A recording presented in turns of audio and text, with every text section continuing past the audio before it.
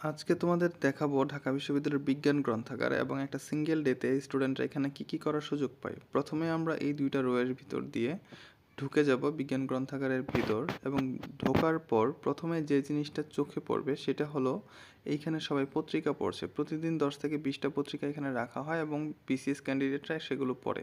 আমি ডান সাইড থেকে ঢুকলে এই যে জায়গাটাতে এখানে এন্ট্রি করা হয়, যাদের কার্ড আছে তারা কার্ড শো করে বই নিতে পারে। এই যে রোগুলো দেখা যাচ্ছে এখান থেকে, এখানে বিশাল মোটা মোটা গাদা গাদা বই রাখা আছে। এখান থেকে তুমি তোমার ইচ্ছা মতো বই কালেক্ট করতে পারবা এবং এখানে পড়েও রাখতে পারবা। যদিও এইগুলো পড়া হয় না, কেউ এখান থেকে বই খুব একটা নেয়ও না, সবাই লাইব্রেরিতে আসে শুধুমাত্র সারাদিন পড়ার জন্য, রিডিং রুমটা ইউজ করার জন্য, পত্রিকা পড়ার জন্য। মানে বিসিএস ক্যান্ডিডেটরা সাধারণত লাইব্রেরিতে আসে।